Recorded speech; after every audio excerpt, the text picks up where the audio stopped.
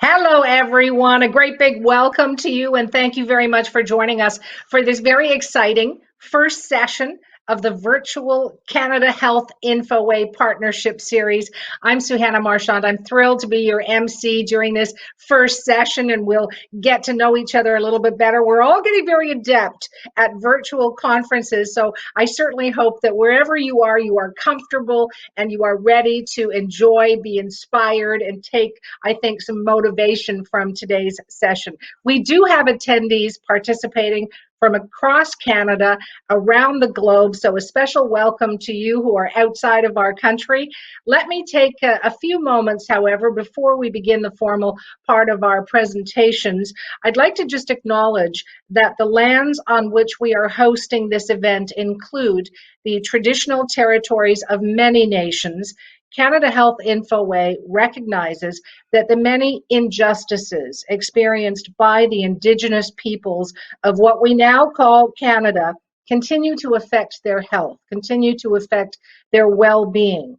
Canada Health Infoway respects that Indigenous people have rich cultural and traditional practices that have been known to improve health outcomes. So I'm going to invite you all as attendees to reflect on the territories you are calling in from as we all together commit ourselves to gaining knowledge, forging a new culturally safe relationship, and contributing to reconciliation. As host of a national news program, I covered top stories. I've had the incredible privilege of interviewing newsmakers, in some cases political and community leaders, but also my favorite are ordinary Canadians doing extraordinary things, hoping and helping to affect change. And really that, I think, is the purpose of these sessions, to inform, to inspire, to reach out, to connect us, and to motivate us to affect change. There are myriad stories, as you are well aware, of people needing care during this pandemic, facing challenges in getting that care. And through digital health, there are new and there are more accessible options, and we can connect and give care directly from the comfort of our homes. We can get that care while we are comfortable. As a journalist, I think of information as power. And when I personally access test results online, I get them in detail. I can research unfamiliar terminology because that does happen, and then I get a chance to look at exactly what that result means. I can digest the information before speaking with my healthcare provider, and I think I have a better conversation with my healthcare provider because I come armed with a certain amount of knowledge, but I want some, perspective, if you will, and I'm prepared with my questions. And in the end, I feel more connected to my own well-being. I can tell you that even my 85-year-old dad accesses his results online, makes appointments online that he can fit into his own schedule with other things that he's got planned.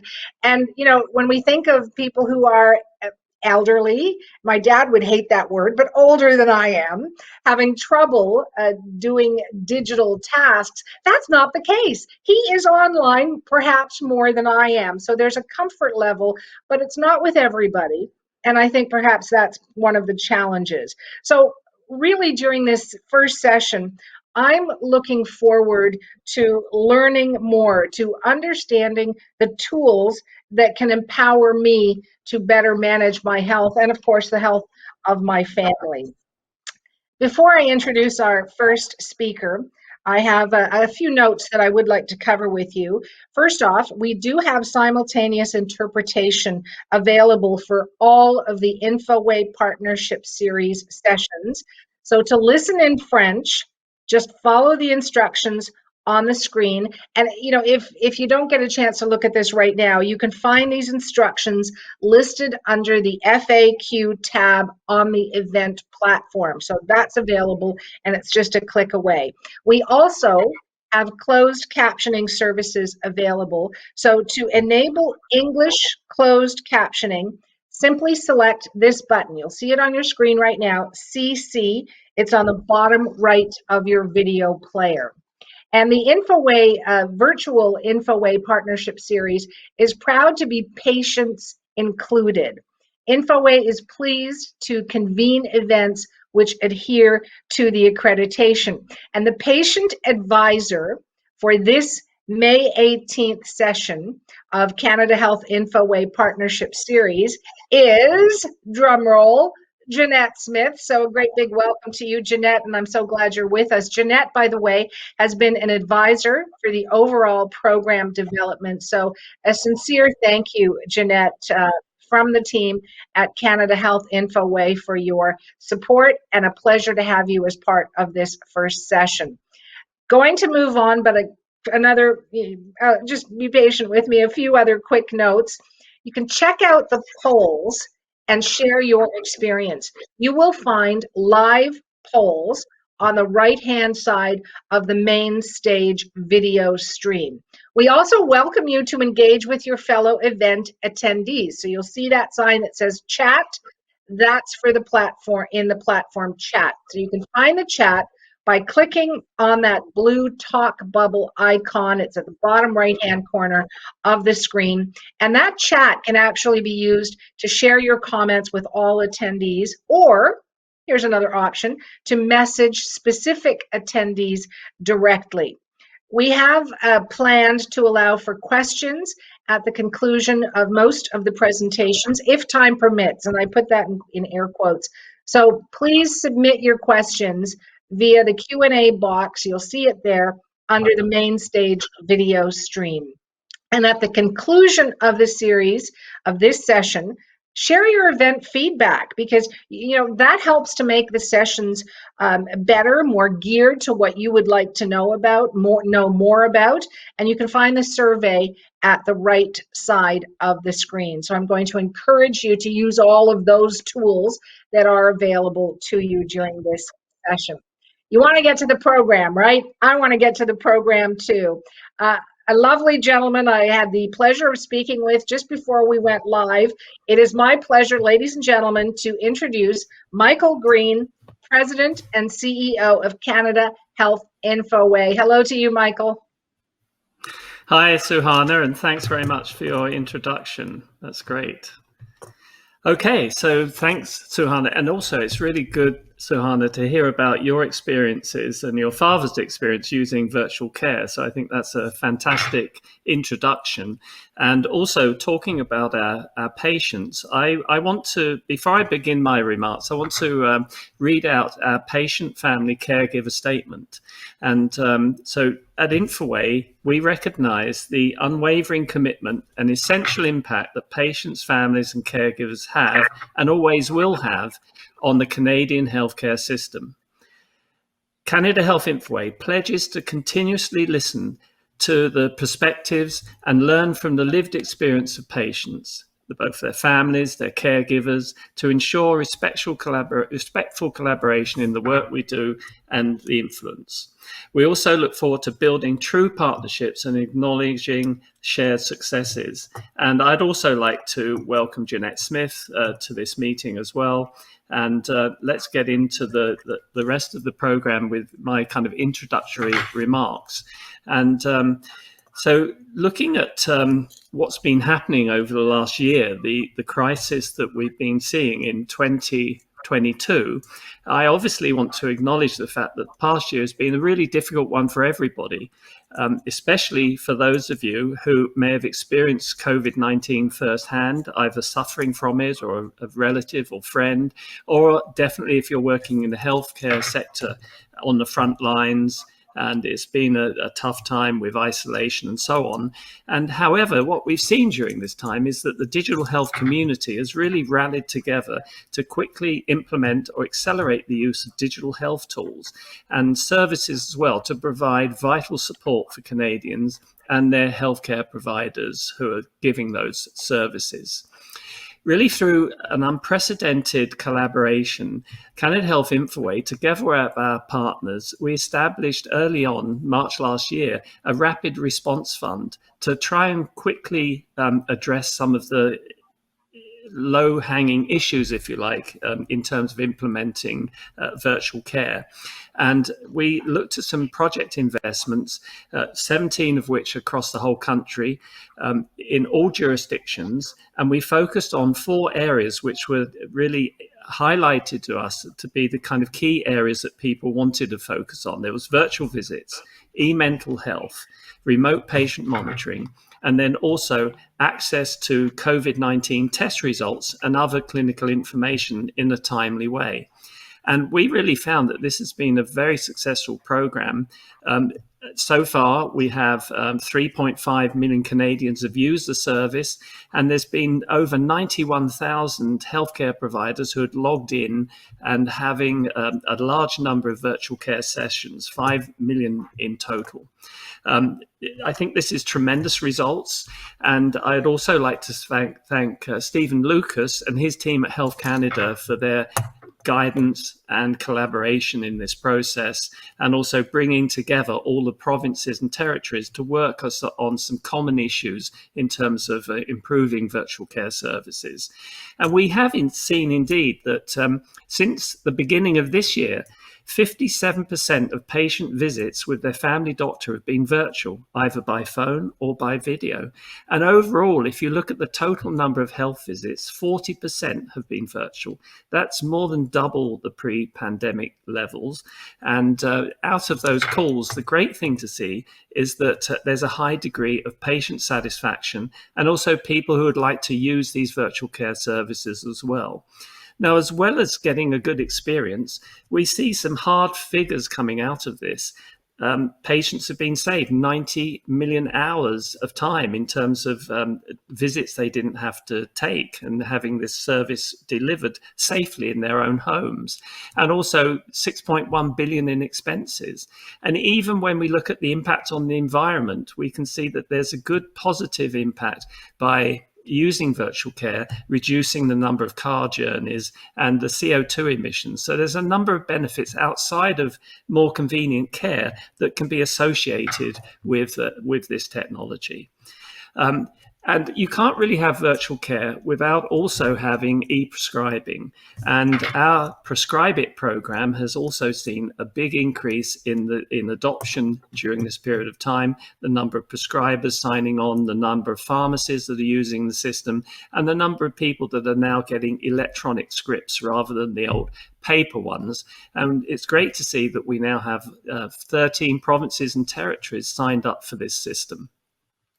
So what about the road to recovery? We're all looking forward to getting rid of the third wave, getting our vaccinations done, and then moving on to the next phase. If we could have the next slide.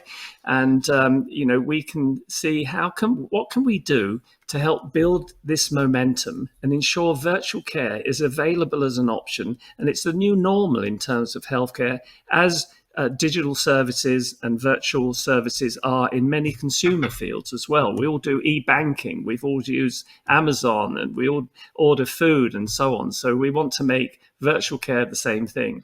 And so at Infoway, we've really made the acceleration of virtual care our primary focus. We're concentrating on how we can help drive adoption, looking at several areas like standards, interoperability, change management, and other areas, how patients can use the information more effectively in terms of getting the best out of their treatment. We're continuing to work very closely with Health Canada and the provinces, and we're looking at some key priorities that have been set by the provinces and territories in terms of increasing the adoption of this secure messaging. This is messaging between providers and patients, getting the video conferencing up and running, helping with patient remote monitoring technologies, and back-end integration and everything, which covers this topic I mentioned earlier about interoperability. Now, in addition to that, we're also supporting the federal government's program, which was announced by the Prime Minister last year, where the federal government invested $240 million to advance virtual care and e-mental health services. And so we're kind of deeply involved in this particular program. A number of initiatives are on the way. And, we are, having some really good progress in implementing those. And I think in later sessions that we have in this program, we can talk more about the future and the accomplishments that have been made. So the final points I wanted to make, also we need to make sure that virtual care is delivered in a sensitive way. That we address the particular concerns that people may have, that we have the right kind of access, the equity of access for all Canadians can use these services, and privacy and security. People want to make sure their health information is secure and it's only authorized viewers can see it. And then the last point, the quality of solutions as well. So as we come out of the pandemic, we need to address a number of these significant changes. It's been a technology tipping point for many consumer services, and now we can see new innovative models for healthcare as well. So that's the kind of remarks I wanted to start the session with. I look forward to hearing the following speakers, and I really hope you enjoyed today's session. And if we do have a couple of minutes left, then I'd be happy to answer any questions. So thank you very much. Michael, we do have some questions and a few minutes in which to answer them. If we do not, by the way, have time to get to all of the questions that I know you have already submitted, we will answer a few of them in the wrap-up e-communication, and you're going to receive that, by the way, by the end of the week for all of those who are attending virtually. So, Michael, you mentioned great ideas. There is a question that has come in regarding how to implement these ideas. And the question is, what would you say is the greatest challenge going forward with moving digital health in the direction in which you wish to see it go? Thanks, Johan. A great question. And I think really one of the biggest challenges is the human factors, because when you start to implement new programs like virtual care, really what you're looking at doing is changing the way that people practice medicine and changing the way that patients receive medicine as well. So I think the human factors, the change management, and making sure the clinical workflows are kind of adapted to a new digital normality. I think that's one of the biggest challenges that we face. And so we do focus a lot on how we can help professionals and also patients and caregivers adopt these new technologies and work in a different way, because you don't want to just duplicate what you did in the old analog environment. To really benefit from the benefits of virtual care and digital technology, you need to work in a new innovative models of care. You mentioned some of the statistics, Michael, of people using, digital healthcare options during this year of the pandemic, when it has been particularly difficult for people to get out of the house, whether they're in a lockdown or they have mobility issues, or they simply have not had a vaccine or had both vaccines and don't wish to go out to a doctor's office. So what is the timeline then you're looking at for health care professionals and patients appropriating all of this? I think it has been a rapid uptake, and in normal times we would say it probably takes several years to kind of put some of these things in place. But I think the combined efforts of all the different health authorities, the ministries across the country, Health Canada, the private sector, and the physicians and so on, all working together, has accelerated the timeline. And now I'm pleased to say that virtual services are available across the country. In most of the jurisdictions, if not all. And I think that the continued focus is there to further improve that. One of the barriers that did exist was that the way that physicians and healthcare providers are reimbursed. Often this was done on a face-to-face visit point of view for delivering care. And so some of the provinces had to put in new methods to reimburse physicians for their services using virtual technologies. And every single one put through emergency kind of legislation to get these things rolled out. Final question for you. We have about 40 seconds or so, and this is a water cooler question. Many of our attendees might be thinking, what about a vaccine passport? I'm wondering if Canada Health Infoway is working with Canada Health in order to discuss the potential ups and downs, pros and cons. Yeah, I think this is an interesting area. There's a lot of policy issues around this, and it also talks about things like freedom and so on. Certainly from a technical point of view, we are very familiar with a lot of the potential solutions. We've also, are part of a number of international forums, so we see what's happening with the World Health Organization in Europe and so on. And I know that within Health Canada, Public Health Canada are looking at this topic together with a number of other ministries. And I think there's going to be a lot of need for collaboration between the health ministries in the different provinces, territories, as well as the federal government to come up with a Canadian-wide program to put these things in place, which I think could certainly help us get back to a new normality, and particularly with international travel and so on. A passport may be something that is an effective tool. I can tell you I miss it. I miss the travel, Michael. I want to thank you for your presentation. Yes, we all do. Thank you so much. That is Michael Green, President and CEO of Canada Health Infoway. Let me move directly into our next presentation on the agenda. It gives me great pleasure to welcome right now Deputy Minister Stephen Lucas, who will be speaking, by the way, in both English and French. So if you would like to listen in English, the English simultaneous interpretation, use the link that was just added, by the way, into the chat. You can click on that, you can get what you need. So, ladies and gentlemen, please welcome Deputy Minister Stephen Lucas. Hello, Minister. That's great. Thank you, Suhana. I'm really thrilled to be here today. As we connect virtually, I'd like to acknowledge that I'm speaking to you from Ottawa on the traditional and unceded territory of the Algonquin Anishinaabe First Nation. Before I begin, I'd like to express my appreciation to Canada Health Infoway for being such a great partner to federal, provincial, and territorial governments as we've worked together to respond to COVID-19. It's my pleasure to be speaking today on the role of virtual care that's played such an enormous role in our collective efforts to respond to pandemic and the potential it holds for our health systems going forward. Today, as vaccinations ramp up and frontline healthcare workers continue their tireless efforts, it feels like a luxury to spend some time talking about how we can learn from the experience to make our health systems better in the years to come. Certes, en matière de soins virtuels, le COVID-19 a eu pour effet de rassembler en 14 mois l'équivalent de 10 années de données réelles.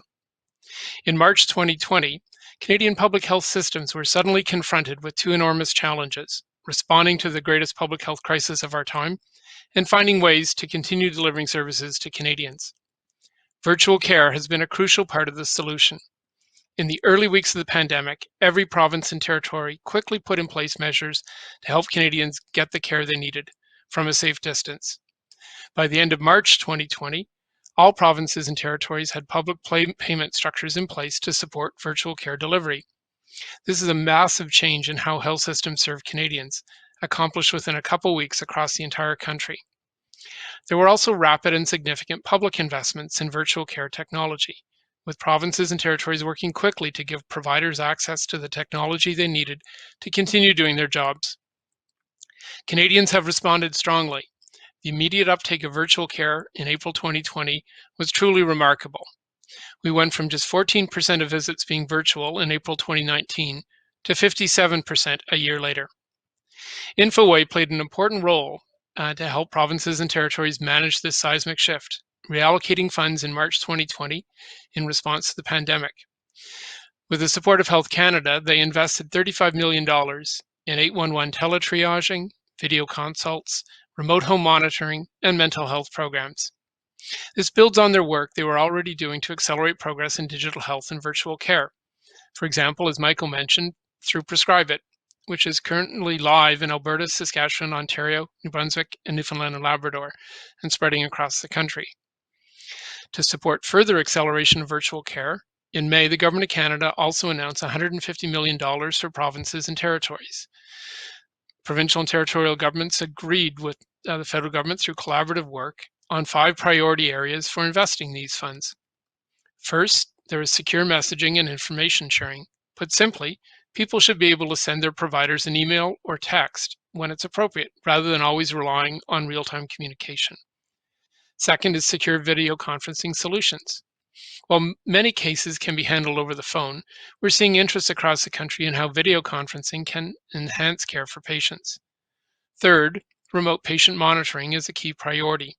From helping people spend more time at home to improving providers' ability to respond to changes in their patients, this will no doubt be a significant focus of health systems going forward. Fourth, there's patient access to test results online, and this has been particularly important in the context of COVID-19. The final priority is needed infrastructure for existing provincial and territorial health systems. Virtual care solutions can't operate in silos. They need to be supported by digital infrastructure to integrate them within healthcare systems and provider workflows. Within these priorities, provinces and territories are using the funds from the federal government, the $150 million, to deliver important initiatives. For example, in Nova Scotia, the funding is being used to improve access to e-mental health and addiction supports, online appointment booking for lab tests and diagnostic services, and video conferencing and secure messaging. In Alberta, the federal funding will help develop an e-health strategy, expand the My Health Records patient portal, develop secure messaging, and connect clinical systems to each other and with the provincial system. You can find out more about these initiatives that the provinces and territories are implementing through their bilateral agreement action plans, which we're posting on the Canada.ca website. Je ne saurais trop insister sur l'importance de la collaboration des provinces et territoires avec le fédéral pour orienter le travail à faire en soins virtuels et faire progresser sa réalisation. Il a été profitable que les gouvernements de tous les paliers trouvent un nouveau moyen de se concerter quant aux soins virtuels tout au long de cette crise. Last year, the government also announced $50 million of funding for Infoway to partner in this work. Guided by both levels of government, Infoway is providing support where it'll have the most meaningful impact. This work includes supporting pan-Canadian procurement of needed technologies. It also includes working with others to support the evaluation and development of new data standards for virtual care. Health Canada is also conscious of the enormous mental health impact of the pandemic. We have seen that virtual care has a role to play here in helping Canadians access supports they need. These supports include Wellness Together Canada, a free online mental health and substance use portal. Funded by the Government of Canada, Wellness Together Canada provides access to different levels of support, ranging from information and self-guided tools to connecting with peer support, social workers, psychologists, and other professionals for confidential text sessions or phone calls. Rétrospectivement, nous constatons que, face à l'immense tragédie de la pandémie, les systèmes de santé du Canada ont rapidement créé des options de soins virtuels à la population canadienne, offrant des nouvelles possibilités de prestation des services offerts même après la pandémie de COVID-19. This approach addresses the desire of Canadians for more patient-oriented approaches. They don't just see virtual care as a temporary fix. As you may know, a survey by Environics in November 2020 provided some excellent data to illustrate what Canadians think about virtual care.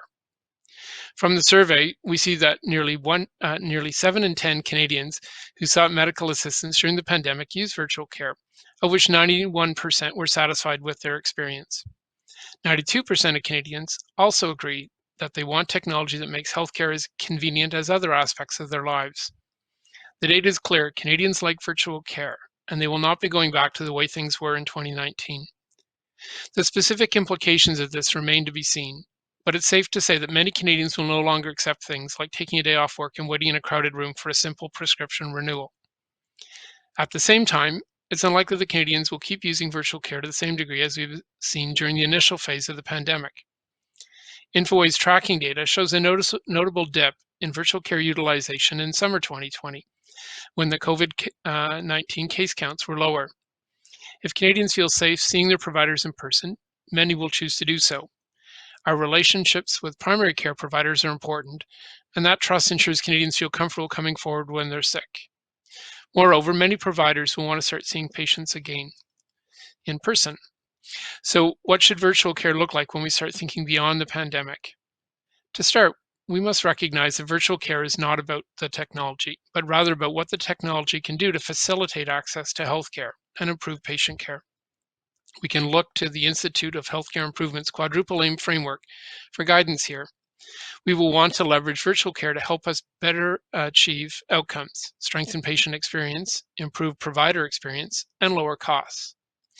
Nous savons que les soins virtuels peuvent aider les systèmes de santé à atteindre chacun de ces objectifs pour augmenter l'aspect pratique des soins donnés aux patients, la flexibilité de l'accès aux professionnels de santé, l'efficacité du système et finalement l'efficacité des soins de santé par une rapidité et une amélioration accrue de l'accès aux services à fournir.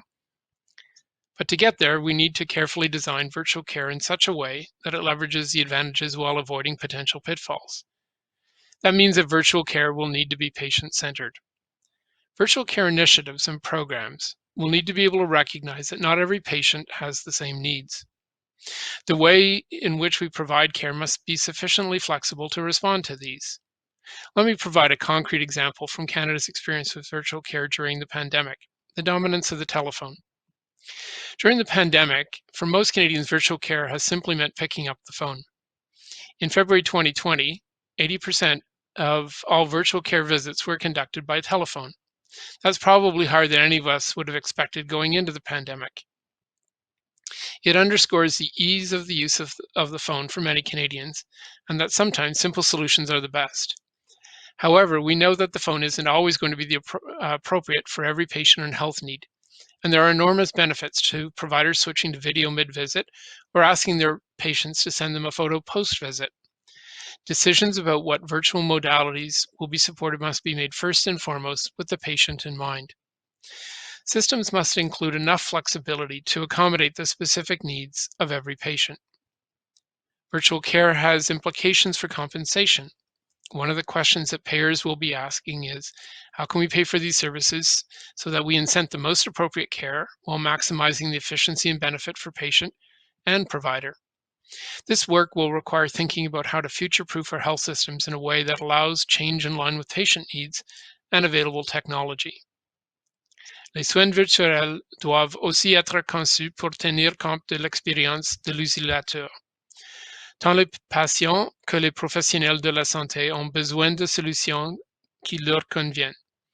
Il faut donc éviter que les démarches et procédures compliquées trop l'accès à différentes solutions et leur utilisation.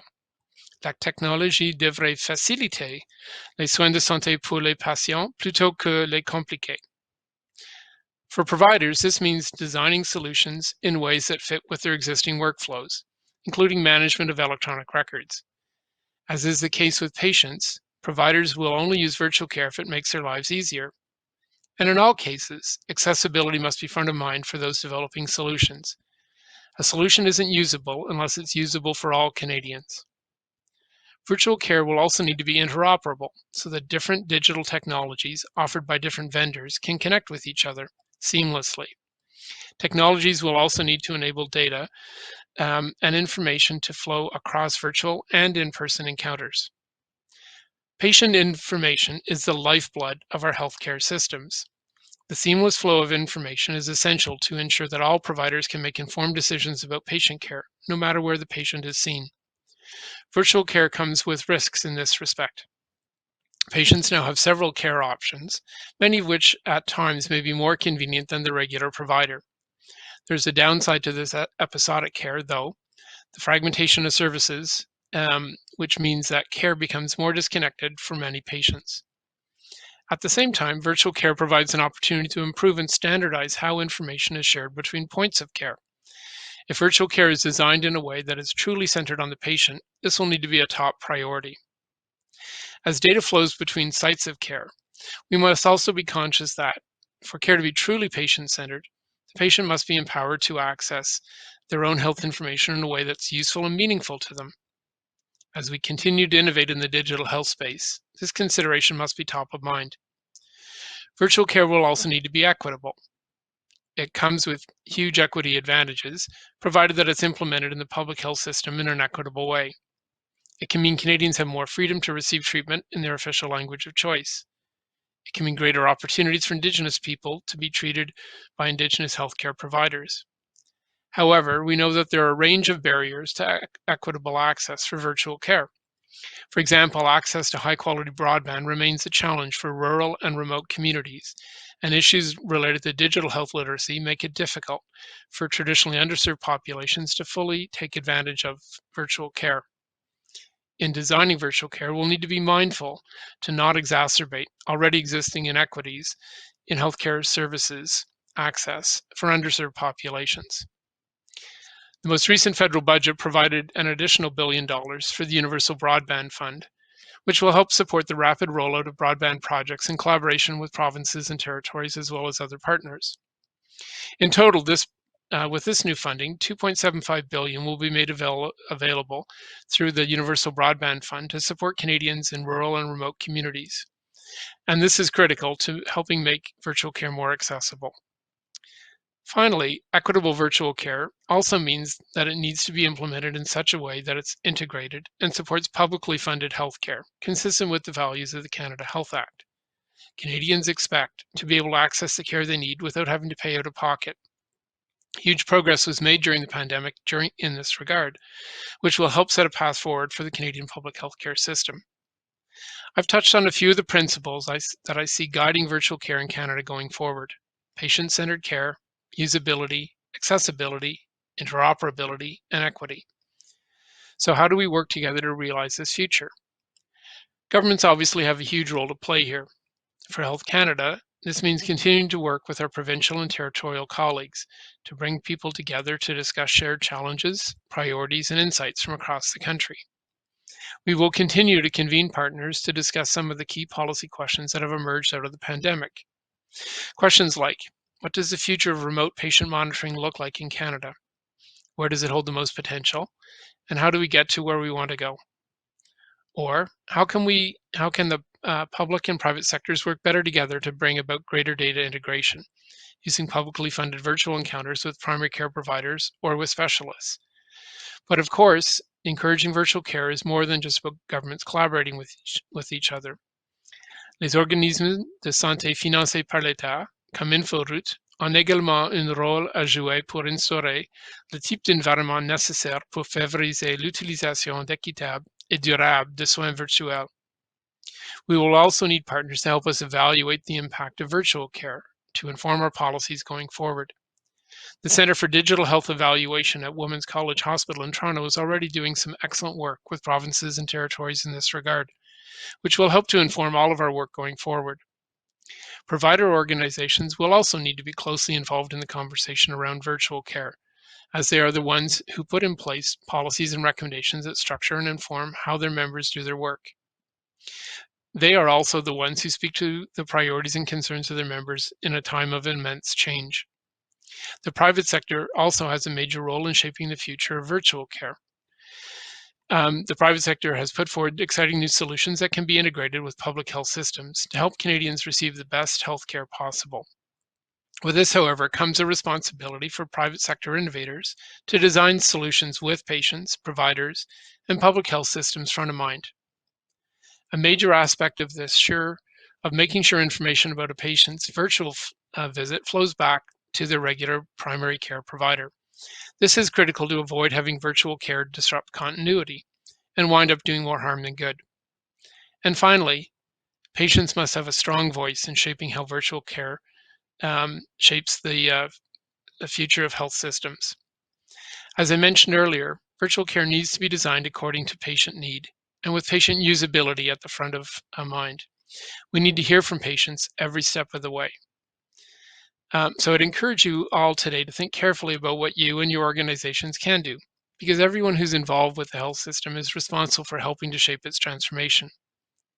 In 2020, support for virtual care began as a way for us to maintain access to healthcare in the very immediate term and in incredibly rapid time in looking back to March and April 2020.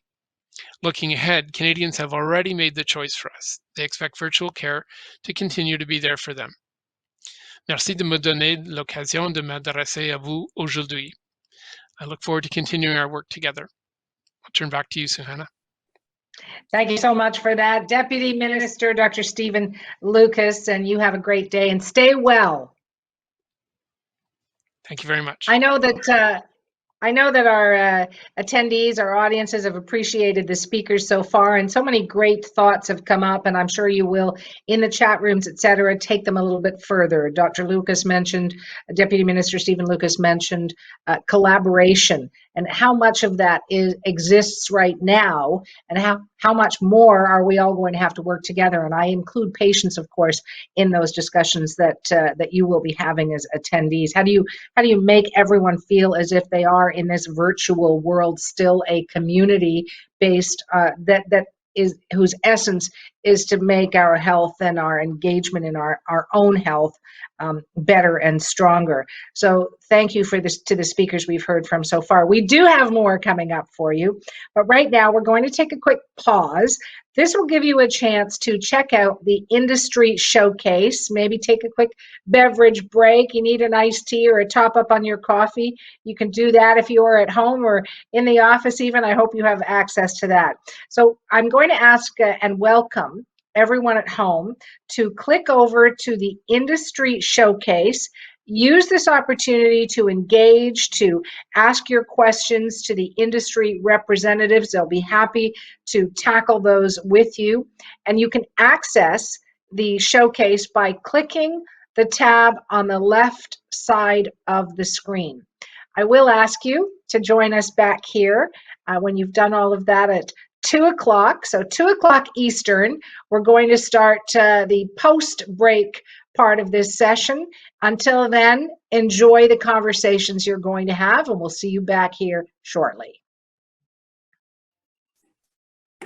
Hello, everyone, and welcome back. I hope you had a chance during that break to check out the industry showcase. Maybe you had a little stretch, did a little bit of yoga or something, got a bit of a coffee top up or whatever it is you're enjoying. But thank you for being back with us here at Canada Health Infoway Session 1, by the way. It is my great pleasure now to introduce and welcome Louise Ayersnap. She is Head of Innovation at the World Health Organization. And Louise, thank you for taking the time. I know it's probably European dinner time there, but we're all excited to hear your presentation. So good day to you. Good day to you. Can you hear me? We've got you loud and clear. Excellent. Thank you, Suhana, and thanks for Canada Health Infoway for inviting me to this forum. It's an honor to be here among such distinguished speakers. What I'll do today, my purpose is really to give you a sense of WHO's approach to innovation in health, where we are at the moment, and where we're heading. And I hope that will give the audience here a sense of the key elements and the future prospects, and also giving you a chance to see what are the synergies with your work in health and hopefully also in innovation. So like you, in WHO, we care about innovation because we care about impact. And the story of innovation for us really needs to start and end with a life saved. So therefore, I'd like to start with this story of this child, which is receiving medical oxygen through a solar-powered oxygen concentrator. This is an innovative solution that we managed to install in a multi-partner collaboration across WHO and with external partners, including Canadian partners, the Grand Challenges Canada, University of Alberta, the innovator Michael Hawkes, who's behind this innovation. But it's really a great example of what we can achieve in innovation, the fact that we can actually get things on the ground and save lives with these devices and other solutions. We know that there's a huge need for oxygen right now. It's been the case for decades due to the many pneumonia deaths, especially in children.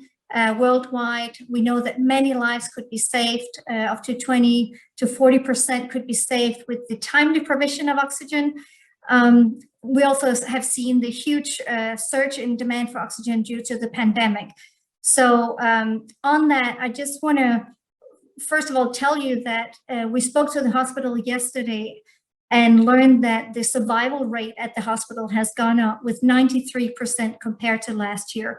So that's fantastic news for us, and I think it's a great motivation for us to continue on our innovation work. So let's just see a 2-minute video from the hospital in Somalia before we continue. كافي حسن وعي الله ماشي بالمركة إمي يدي يرتع تقبله وشوكتا كادنا في عنده استينا لو في الأغاتي حنانا كيني. Availability of the medical oxygen is critical in saving lives. World Health Organization (WHO), with support of GCC, has installed 3 units and solar power oxygen in this hospital, Hanan Hospital, which is now functioning 24 hours. This specific hospital, Hanano Hospital, which is a referral hospital for maternal and children and also for the neonates, they had no medical oxygen available for the treatment of those life-saving conditions. What we have identified, there might be some health facilities with availability of medical oxygen generator, but most of the time they don't have power. If you have power, you don't have the medical oxygen concentrator. So coupling these 2 facilities together, I think this is a challenge, and this is what we took in this Hanano Hospital, that where we try to innovate and where we try to harvest the solar energy and to ensure that 24 hours availability of medical oxygen for the treatment of the neonates, for the children with pneumonia, for the mom who is giving birth to the newborn, and also treating the patients with COVID-19.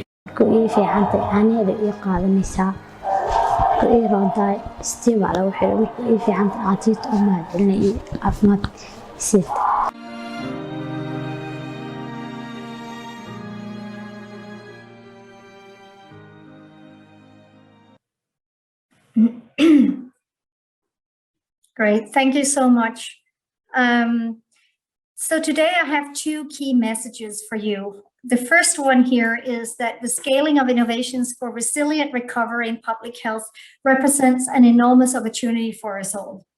And just to illustrate that, you can see here essentially an overview of the progress, projected progress towards WHO's 3 billion targets, which is essentially a reflection of the health-related sustainable development goals. Within our 5-year strategy, we're aiming to affect 3 billion lives. First of all, 1 billion people, more people benefiting from healthy lives and well-being, 1 billion more people enjoying universal health coverage, and 1 billion more people experiencing better protection in health emergencies. And as you can see, we do have a shortfall, and the biggest shortfall is actually in the area of universal health coverage. And that's an area where we believe we can promote progress through a PHC, primary healthcare-led recovery process from the pandemic. This leads me to my second message, which is that innovation can go hand in hand with existing programs and address barriers and help the world recover from the pandemic. I'm saying this because there's a tendency to see innovation as this alien add-on to our work. We still have work to do in terms of making innovation a commonplace thing that we can integrate into our work and consider, and almost like a mindset that we apply. So I like to talk about innovation as something that must go hand in hand and can go hand in hand with existing programs. So at a glance, our approach to innovation in health is driven by a vision to create a global movement for innovation in health. And I hope very much that you and the audience will join us on this journey. As we strive for that vision, we are looking at and working on 2 goals. The first one is to scale and sustain concrete innovations for impact in response to health demand at country level. The second one is to harness a culture of innovation, both within our own organization at the World Health Organization, but also supporting countries in doing so. And this is really about building capacity and knowledge but also confidence around dealing with innovation. If we zoom in on the first goal, to scale and sustain innovations for impact, we are focusing on this approach, which we call the WHO Innovation Scaling Framework. And actually, it was launched yesterday by our Director General, Dr. Tedros. This is an approach which is very much about linking the demands and health needs in countries with the supply of mature innovations, and throughout the process, applying assessment of those innovations and their sustainability and impact. This is also a picture of collaboration, because no one can do this alone. And this is WHO using our global health leadership, but working very much in partnership with other organizations and entities in the innovation ecosystem to drive greater impact. Let me share some of the lessons learned from the past year as we have been testing this framework and learned a lot. First of all, we've learned that demand really drives scaling. If you want to sustainably implement and scale an innovation, you can't push it. It has to be wanted by countries, and it has to be responding to a concrete need in that country setting. Secondly, we've also been confirmed in our assumption about WHO's value add in this space. We believe, and we have seen how we can add value in this space by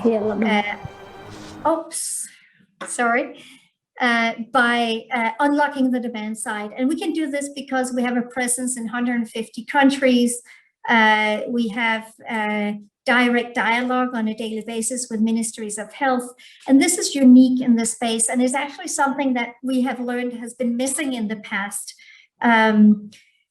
Without this access to the demand side, to government policies and government programs, many innovations that are very promising can get stuck, and they never scale. We've also learned that in this regard, we rely heavily on our WHO representatives and other UN representatives at country level. They're really the sales force because they're the front line who deals with and engages with the government on a daily basis about programmatic impact or the lack thereof, and looks at possible solutions to increasing impact. In this regard, we've also learned that innovation assessment is an important confidence builder. Being able to say that this innovation has been assessed by the innovation funders and these organizations, it has also been assessed by WHO's technical teams, makes a big difference. But we've also seen that assessment can be a double-edged sword, in that assessment is also the part of the process where innovations can easily get killed. So we have to make sure that our assessment is fit for purpose. We've also seen that our approach until now, admittedly, is quite heavy. In my innovation hub, we coordinate this matchmaking and facilitate the triangle of innovation scaling through email, SharePoint, and Teams calls and Zoom calls, probably like many other organizations. But we believe that there are digital solutions out there that will greatly facilitate this process and bring it to scale. And what we're thinking about is this digital matchmaking platform between supply and demand and innovation, almost like a Tinder for innovation.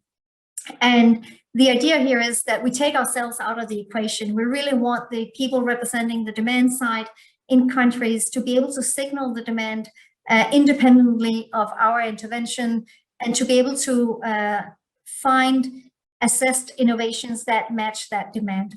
So that's what we're looking for, and we're not trying to reinvent the wheel here. We're looking at existing innovation and other platforms that can actually be adapted for this purpose.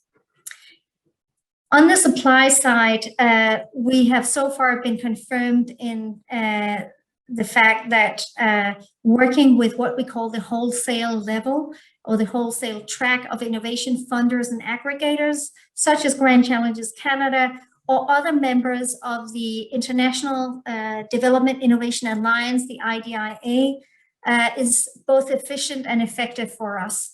The benefit here is that these organizations and beyond IDIA, we also work with others, but what they do is very well is to manage the vast retail market of innovations and source innovations in both high-income countries, but also low and middle-income countries, and help manage that space and assess innovations, incubate them, invest in them, and then really identify the best and most ready to scale. And that's when WHO can come into the picture and help link it to demand.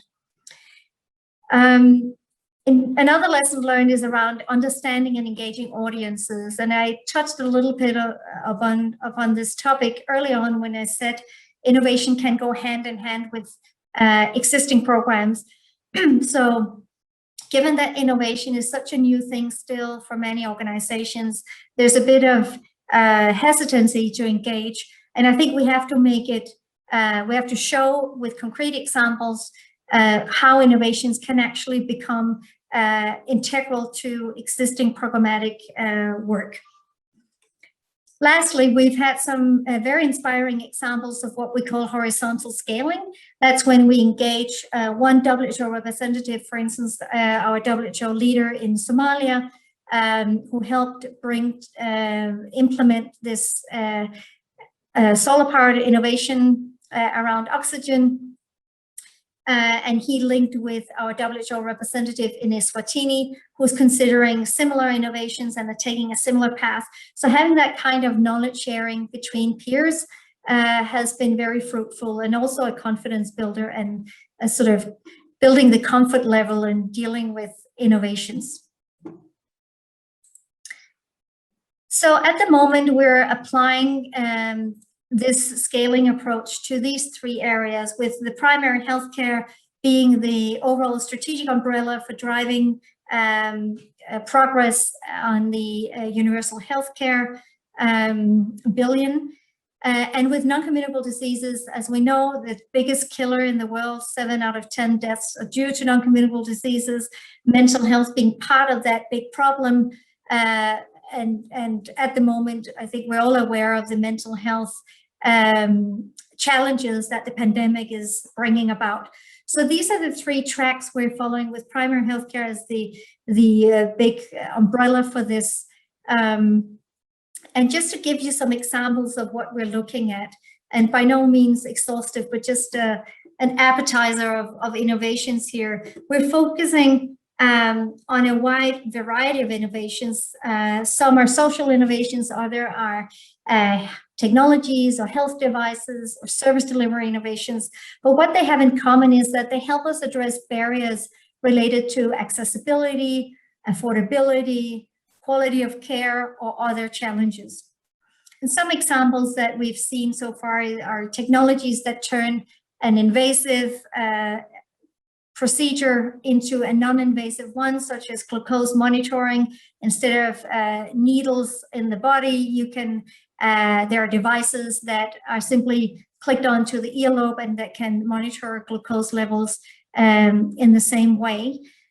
We've seen examples of mobile health clinics that are also linked to digital platforms that bring primary healthcare closer to communities, especially in remote areas.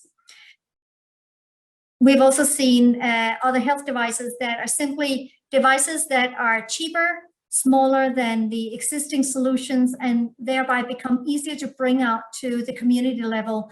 And if they're linked up to digital solutions, you can still enable the specialist support in analyzing the data and providing the health advice, such as handheld devices for fetal monitoring.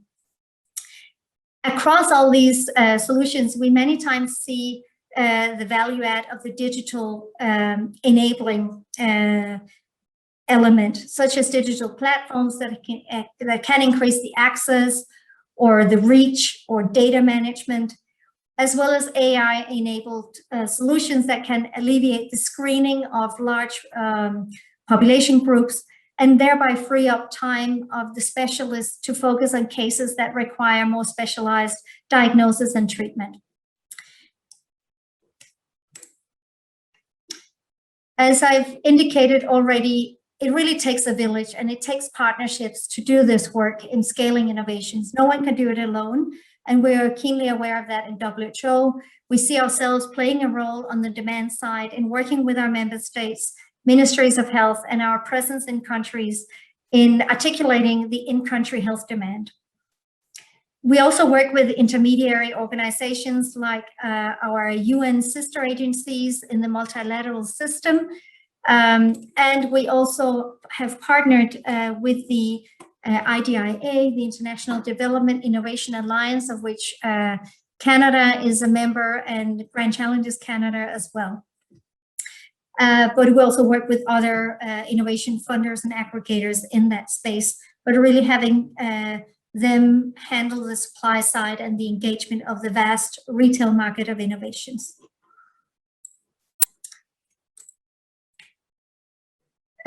Just to complete the picture, and I'm about to finalize my presentation here, but just to briefly give you a sense of what we're doing to achieve the second goal of our strategic approach, which is to harness a culture of innovation for impact, both in WHO, but also in member states.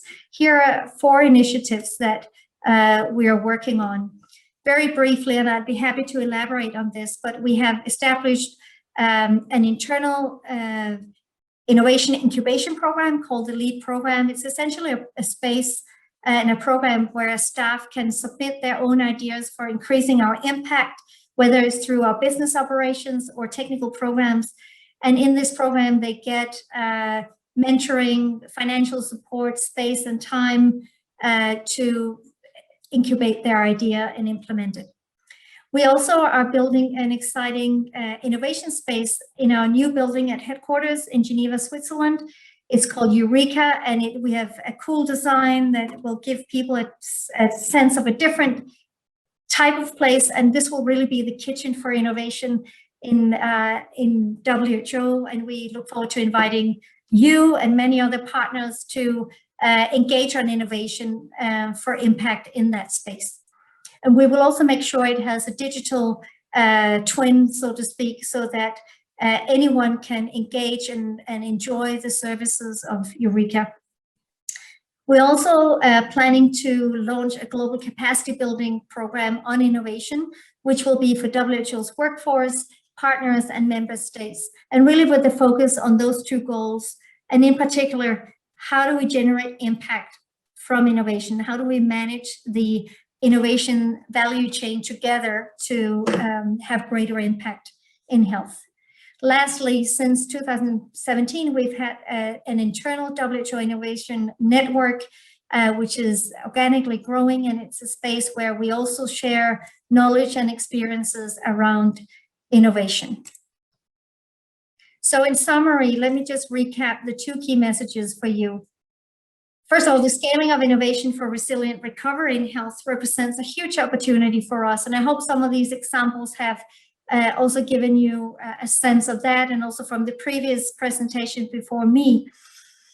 Secondly, innovation can go hand in hand with existing programs, and it's important that we use innovation to address barriers that existing programs experience, that we look at programs from an innovation point of view and find creative solutions to solving problems, and in particular help the world recover from the pandemic. And then lastly, let me sneak in one last message to you.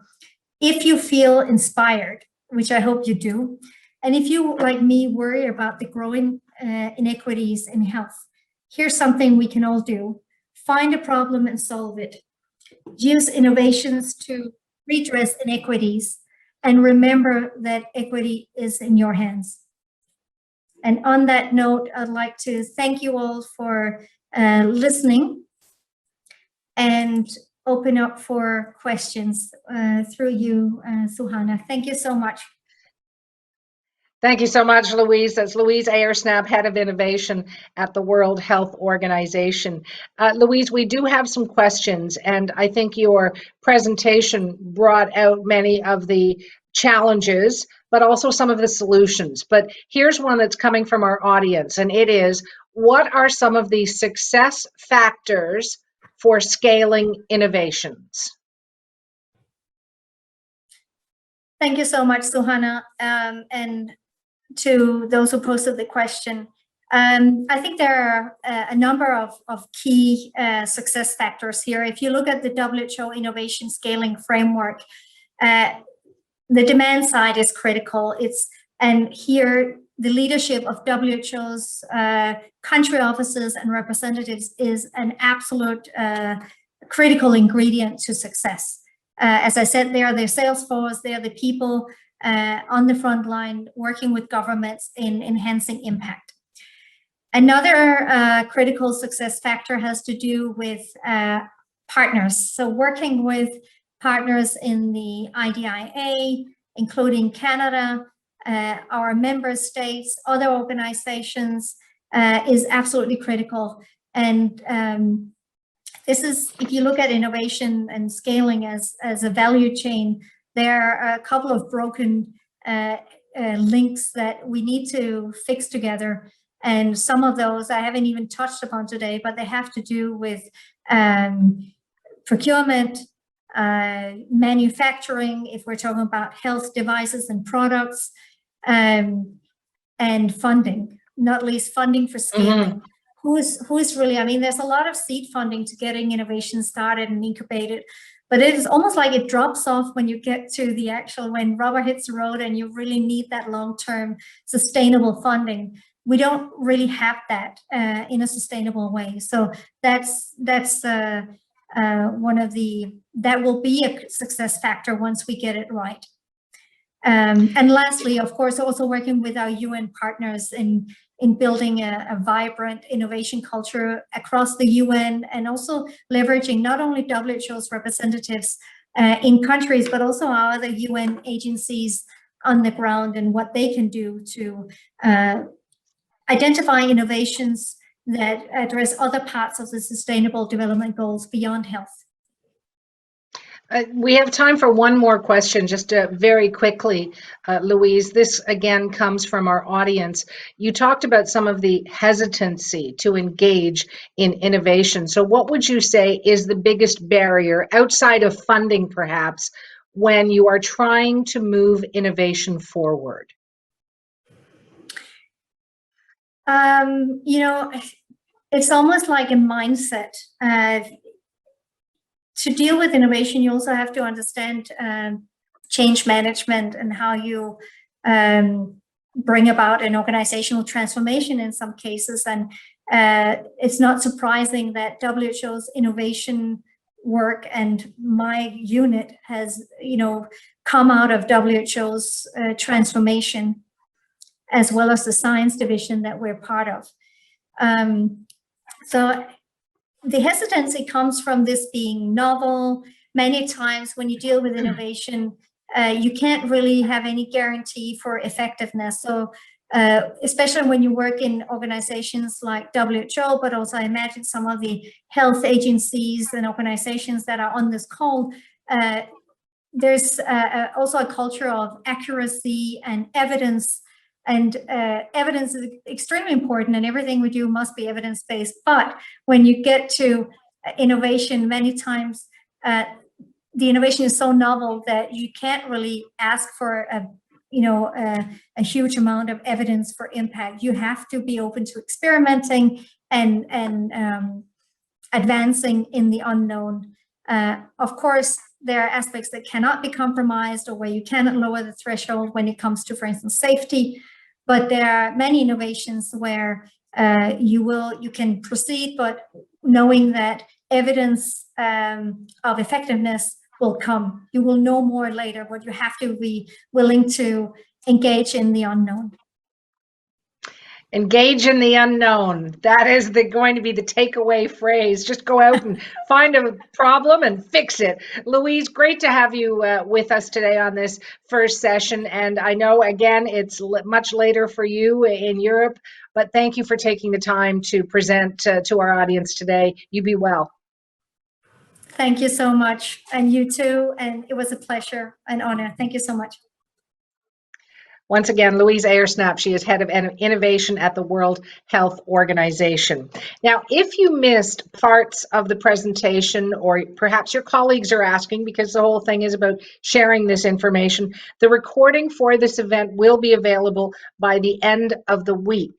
So watch for the wrap-up email. It will come to your inbox, and you'll have it all at your fingertips. Now, the team at Infoway certainly appreciates your feedback. I think I mentioned earlier, your feedback helps to make the sessions much better. So please, I'll urge you to take the time, complete the evaluation survey at the right side of the main stage, maybe sit on your deck or whatever, enjoy on your balcony, enjoy some sunshine, and fill that out.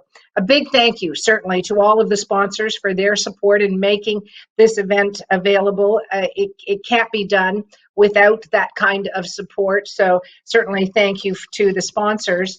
And I would say, I've come away with some great thoughts as to how we can move forward with having people manage their health themselves in a much better way in collaboration with their doctors. And I think collaboration seems to be the big takeaway word, if you will, and where it's going to take that whole village that Louise was talking about to move this forward in a big way. And I certainly hope that you have taken those messages from today's session and that you'll go forward and affect change. I want to thank you for taking the time to be with us today at this first session. I look forward to seeing you at the next session. Put this on your calendar. It's June 15th. And the program for that on June will be shared with you in the wrap-up email, which, as I mentioned, is coming at the end of the week. But mark off that date, June 15th. I'm Suhana Marchand. It's been a pleasure to be your MC. And thank you for your patience with me. Our presentations were fantastic. Have a great rest of the day. And most importantly, stay healthy. Take care.